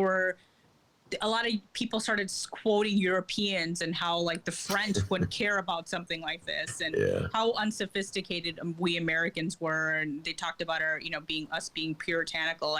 And I remember I just remember I just thought the questions and all that stuff. I mean, I remember watching the impeachment hearings and Bill Clinton, and it was kind of like a circus at the time, I would say. It was just interesting. And I've been following, once in a while I listen to Monica Lewinsky, or there's articles that come out about her, and it kind of it destroyed her life, that incident. And I think as a woman, a lot of women do talk about how he was able to be scot-free from that incident. And if you really think about this is a workplace thing, and he was her superior, and whatever happened shouldn't have happened. And, people do bring out those power dynamics that were between them, and how he's been able to go on with his life and kind of blossom even after his presidency, while she kind of, she talked, I remember reading an article where she said that she goes like, she wanted to get married and have kids. She isn't married, and she could get married, but she was just saying, like, what guy's going to take me home to their parents? Oh, my God. I'm always going to be that woman that, was part of the scandal. So I thought that was really sad when I read that interview with her. I'll go on. I would put Bill Clinton in the Trump category in this regard. So Bill Clinton, because of his inability to have any kind of self-control, put the Democratic Party in a situation where they had to throw away all their supposed values about how men treat women, how an employer treats an employee, to defend him. He walked away, emerged from the presidency, went on and made a fortune, as you pointed out, giving speeches, has this worldwide prominence, gets to be a featured speaker at eulogies of great Americans like Aretha Franklin and John Lewis. And it's like he's still up to his eyebrows in evil doings with Jeff Epstein, and he's still playing those Bill Clinton games where he's denying it in such a cagey way that he's not really. It's like he learned nothing, Rummana. It's as though there were no consequences for his behavior. Yeah, he continued doing it. For sure. I think people just think that he's this charming guy and he gets to get away from it. That's the way I've seen it, right? He's Bubba, right? So, Yeah. I mean, that's what people see him as, good old Bubba.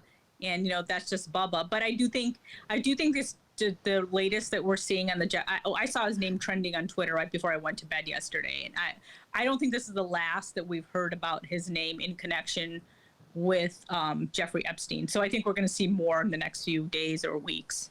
All right, well, let me just do a tease for the interview that's going to happen next week. Leonard Goodman has a whole bunch of theories about the prosecution of Ghislaine Maxwell at Jeffrey Epstein's procurer, if you will, and how it's aimed at Trump as opposed to Clinton. So we'll be taking that deep dive with him next week. All right, let's move on. Oh, by the way, George Bush.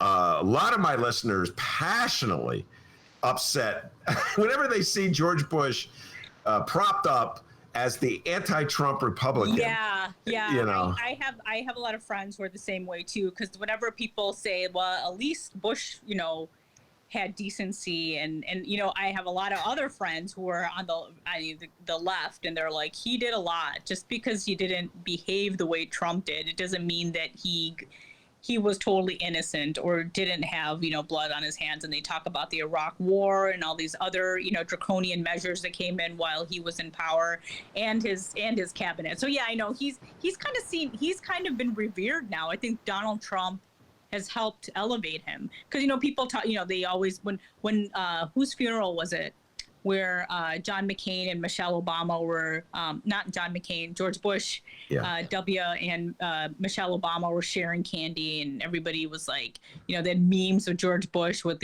his covering his head with his umbrella. So he's kind of turned into this cute and cuddly character after Donald Trump has gotten into office. But there are very loud voices of people that you hear whenever people talk about George Bush that like chime in and say, well, not so fast. He wasn't as great as you think he is. But I think it has helped his image a lot. Yeah, because Trump is so bad, he can't help but look good. But no, I'm with my listeners. I have some issues. Listen, if it's going to help defeat Donald Trump, I'll put up with it, I suppose. You know what I'm saying? If contrasting George Bush's relative civility in matters like the funeral of a civil rights leader, as opposed to Donald Trump's like clear hostility to everything that John Lewis represents, and his defiant reluctance to show up, like where he lets everybody know, I'm not going. I'm not. So if that contrast helps defeat Donald Trump, I can put up with it. But I got a lot of issues with George Bush showing up at these. Well, I still got to watch Obama's eulogy because I'm assuming that was great because he's just a great speaker. Yeah, it was a masterwork. It was classic Obama, where he, you know, I tease him about this. I don't know him, but I tease because he won't come out and directly say something. He'll kind of subtly weave it in, like the old law professor that he is, and then he leaves it up to the tap dances around a lot. Yes, yeah. So he'll insert like little sentences that make his point without directly making his point, and then reporters then they do that thing where they go, well, what he's clearly referring to is, so they spell it out for the public it would just go right over everyone's head. The old law professor Barack Obama. All right, right-wing snowflakes. This is my obsession. I wrote about it last week's Reader. They dole it out, but they can't take it. Do you share my frustration with them? Yes, I read your column and I thought it was great. And the point that you brought out is when Colin Kaepernick had, took a knee for the national anthem, all these people on the right didn't defend his free speech. But when it comes to this is what the gist of your column was, right? When it comes to their quote unquote freedom of speech, they're all complaining about it. So it doesn't go both ways. It's like, yes, we'll protect our freedom of speech. And they probably say that about the left, right? They probably say that the left only care about their freedom of speech. And when we speak out, and it's just, I don't know. I thought you were pretty much point on with your column and about just bringing up these different various issues and these various points. And, I know there's a lot of right wing or, columnists who have more conservative point of views who are out and speaking out about how they're being censored. But so far, there was that one, after Tom Cotton had his editorial written in the Sun-Times and the editorial editor of the New York Times had stepped down. He stepped down. He wasn't fired. And, then we have Barry Weiss, who resigned. She wasn't asked. So a lot of these people are saying that they're silenced, but ultimately they're the ones who are leaving. And they're not, nobody's taking away their free speech. I think the point is that they're being challenged for the first time in their life, or they're being challenged by a lot of voices instead of one letter to the editor that comes out. They're having a collective, challenge by a lot of people. So I think that's what's scaring, a lot of these individuals who are complaining about their freedom of speech being taken away, because so far nobody's freedom of speech has been taken away. It's that whole thing like with Gone with the Wind, when HBO Max, and it was HBO Max, Ben, took away Gone with the Wind for a little bit and brought it back with a disclaimer. Yeah. People are like, oh, you're censoring movies, but you aren't, because if you really want to watch Gone with the Wind, you can watch it. I just actually got a copy of Gone with the Wind from my in-laws. Gave it to Mick last week when we went to my father-in-law's birthday. Mick told me I need to watch it. I've never seen it. He's like, I'm not saying he's like, it's just a time capsule. So I'm going to watch Gone with the Wind for the first time in my life. All right. Well, that's a good segue into your Rummana's recommendations. I've seen Gone with the Wind. I could not stand Gone with the Wind when I saw it. I saw Gone with the Wind back in the 60s, and it's just not my cup of tea. And most of over the years, I've seen bits and pieces of that are just, I find unwatchable, which are so blatantly racist. So I'd be really curious what your thoughts about I'm sure I'll pick it apart. I'll be watching with Mick and be like, oh, whatever.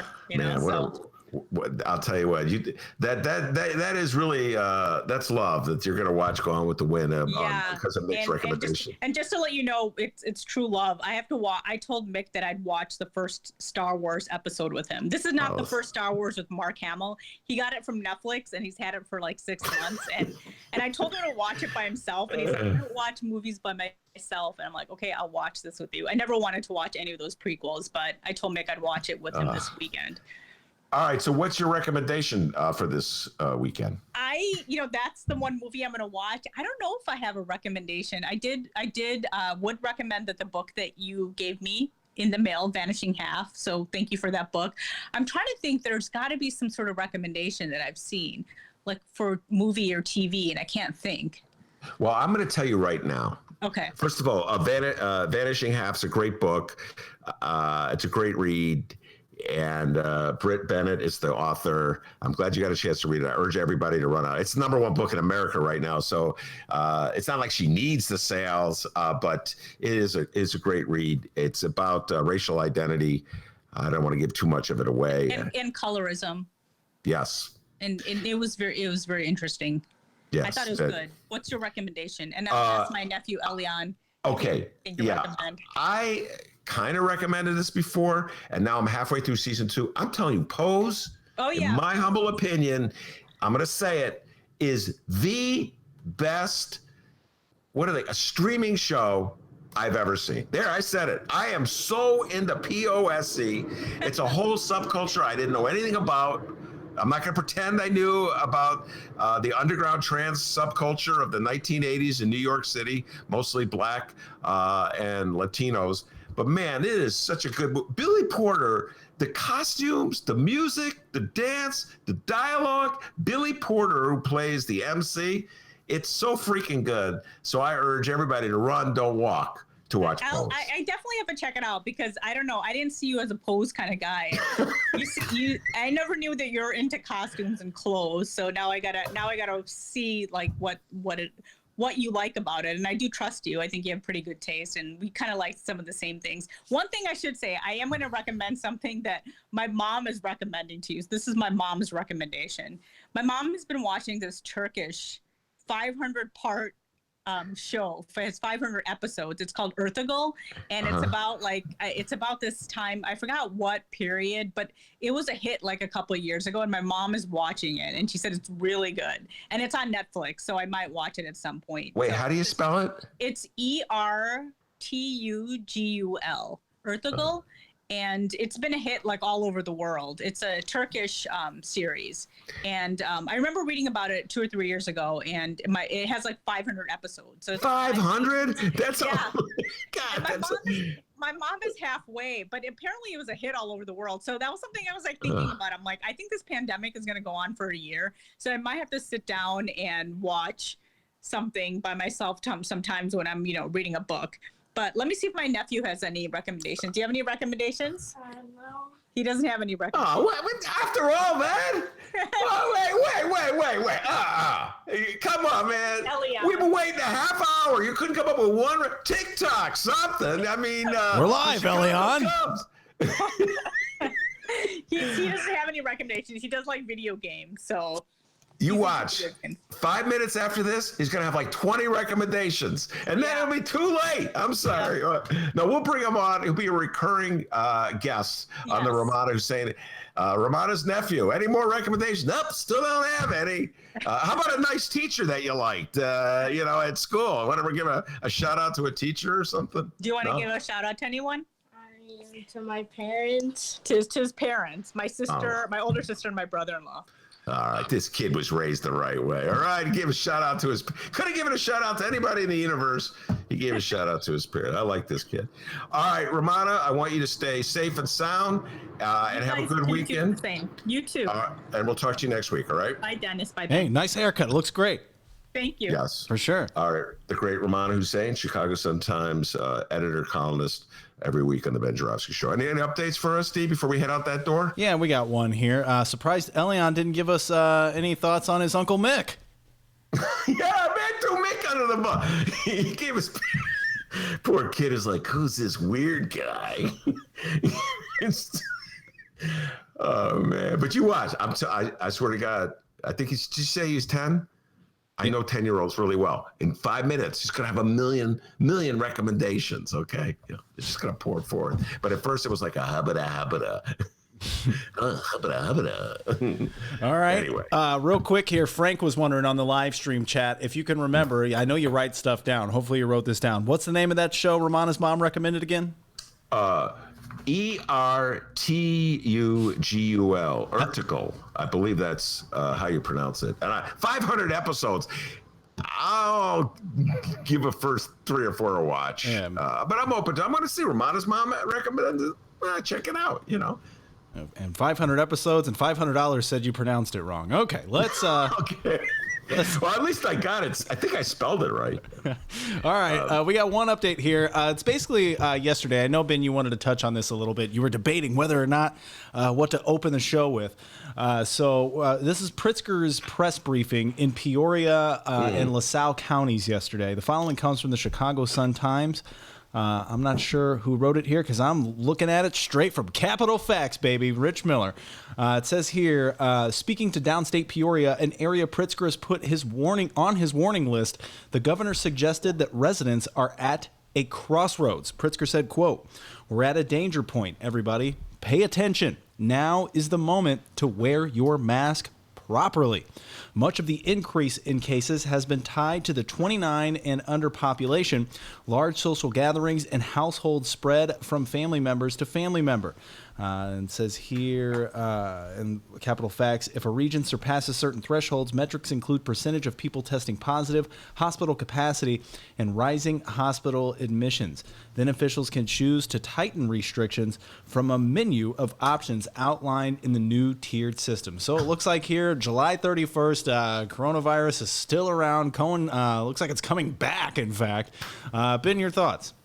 Well, Dennis and I, we talk about this all the time, and we talk about we've mentioned this on the show, just the politicalization of this virus and wearing masks.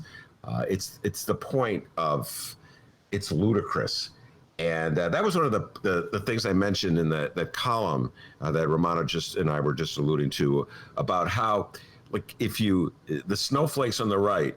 So if you make fun of the folks who showed up in Palm Beach County in Florida testifying against a county ban or a county mandate to wear a mask in public places, I don't know if you've ever seen those bits, Dennis. I don't think we played them on the show. I just remember months ago we were talking about Florida and all those bros.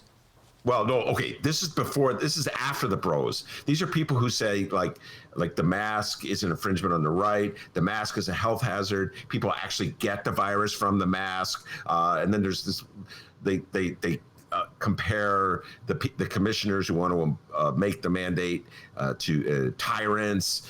You're taking away my rights. And they're really bizarre comments.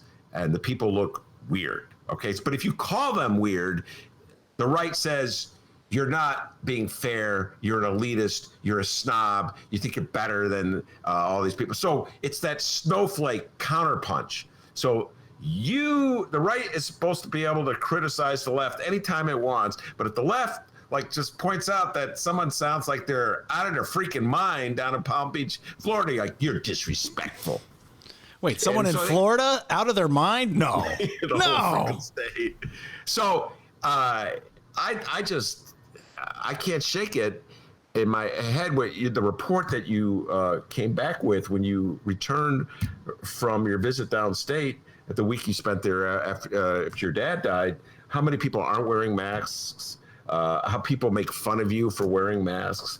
How there's this contempt at government for trying to suggest you should wear masks. Yeah, it was a lot like high school. Like Principal Pritzker said, "Put your mask on, screw him." And it was just very. Like I said, there was a gas station I went to, the same gas station. The first time I went in, nobody was wearing masks.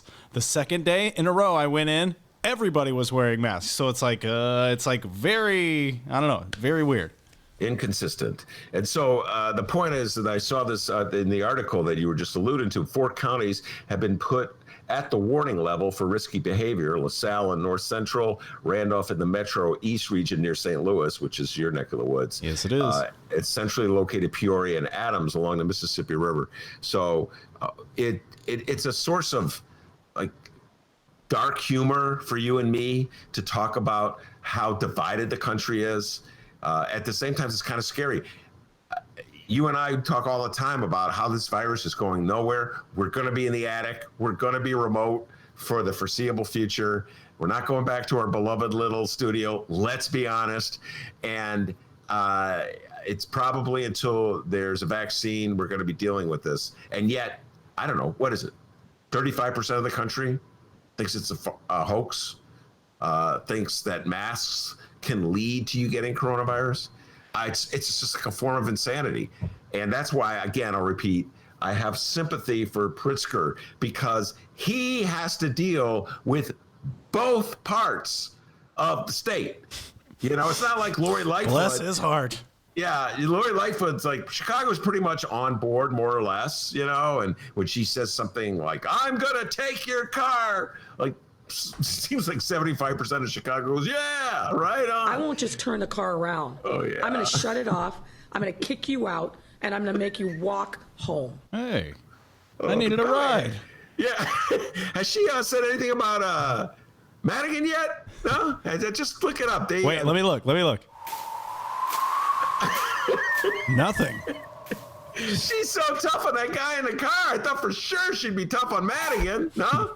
One more time, D. Look. No. Wait, let me look. Hold on. I won't just turn the car around. We heard that I'm already. going to shut it off. I'm going to kick you out, and I'm going to make you walk home. Yeah. All right. Well, I'm waiting for that toughness with Michael Madigan. All right. Yes. Anyway, so that's why I have a little more sympathy for Pritzker because he's got to go down to the Metro East area where people have the Pritzker sucks signs. And you know, there are those downstate. It's not everybody that thinks Pritzker sucks and is not wearing masks. I have a handful of friends. I see it on Facebook a lot who are, you know, very cautious, want to wear their masks, you know, using their, I don't know, brains. You know what I mean? So, you know, let's just not throw them all in there. Yeah, fair enough. You were telling me about was you? Yeah, about some bartender. I think it just happened. Very popular restaurant and bar in Alton, Illinois. I'll leave the name out. I'll just say it. Max Time Out. Apparently one of the bartenders got the test for COVID and then continued to work while waiting for the results, not wearing a mask, and then the results came out positive. So what do you do there? Wear a mask. That's what I would do there. That would be my advice to that bartender. But so it's the country is clearly divided, and I don't know. I try to, and they show with a little hope, but I don't see anybody out there with the potential to bridge this divide. Yeah, I feel like you and me, we've kind of been like, what is not locking yourself in your house for 4 months and not seeing anybody, and what is completely thinking it's a hoax? You know, what's the middle ground? And I think my stepsister said it best. Shout out to Brooke. I mean, you don't listen, but shout out to Brooke. She said, I think the middle ground is using your brain. Like, nailed it. That was a good line. Nailed it. Hold on. Brooke doesn't listen? Hold on, Brooke. I don't want to hear any nonsense. Are you not listening? Well, she's not listening. How's she going to hear this? Oh, good point. You know, that's a good point, D. I got to give you credit. That's a good point. Hey, hold on. The phone's ringing. Hold on. Wait 1 second. Hold on. Really? Wait a minute. Yeah.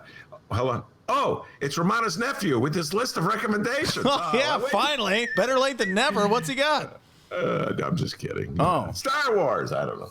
All right. That was just a bad joke. All right, D. So wait, hold on. I got a phone call. Hold on. Yeah? Really? It's Rummana's nephew. Hold on. He's calling me now. What's that? Okay. Dora the Explorer. Okay. Thank you very much. What if the kid hates it? What if the kid's listening right? I hate that. Hold on here. I hate that show. All right. All right, very good, D. And we want to remind everyone to check out this weekend's Benny J bonus interviews every weekend, available at both Chicago Sun-Times and Chicago Reader websites. We have journalist Jonathan Ballou, the Ben Joravsky Show debut of Jonathan Ballou.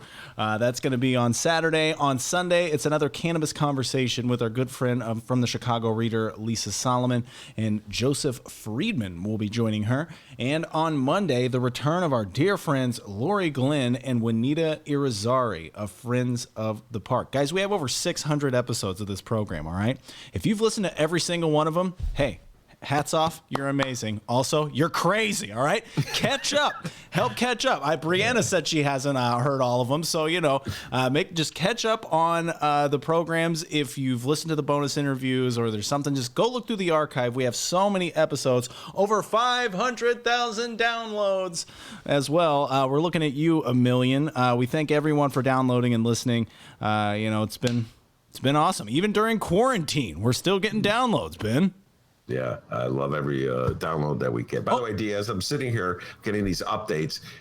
They say Biden's coming closer and closer to announcing who his VP will be. So probably that's a topic that we'll be discussing next week. I got a feeling that he'll be making that announcement soon. All right, I agree with you and Monroe. I think it's going to be Kamala Harris. Wait, hold on. We got breaking audio from Joe Biden. Play the radio. Make sure the television, make sure you have the record player on at night. The phone. Make sure the kids hear words. That was for you, Fred. I should have asked Rummana's nephew who he thought that Biden would pick. Maybe he would have weighed in on that, huh? All right, I want to thank Kelly Dora Cassidy. the Explorer, I think it is. Okay, for VP. I want to thank Kelly Cassidy. I want to thank Rummana Hussain for coming on the show. And, of course, I want to thank the man, the myth, the legend, the pride of joy of Alton, Illinois, without whom the show would not be possible. That is Rummana and Kelly. And Rummana's nephew can tell you, back home in Alton, they call him Dora the Explorer. Oh, no one calls him. Dennis the Explorer. Dennis, give yourself a raise, take it out of petty cash. Have a good weekend, everybody.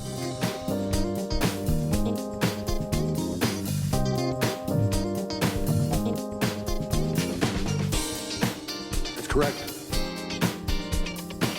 Play the radio. Make sure the television, make sure you have the record player on at night. The phone. Make sure the kids hear words. Yay for our teachers! Yay for our teachers!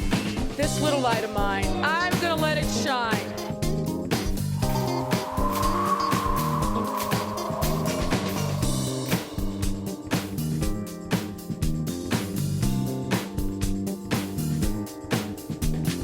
I won't just turn the car around. I'm gonna shut it off, I'm gonna kick you out, and I'm gonna make you walk home. That's correct. That's correct. That's correct.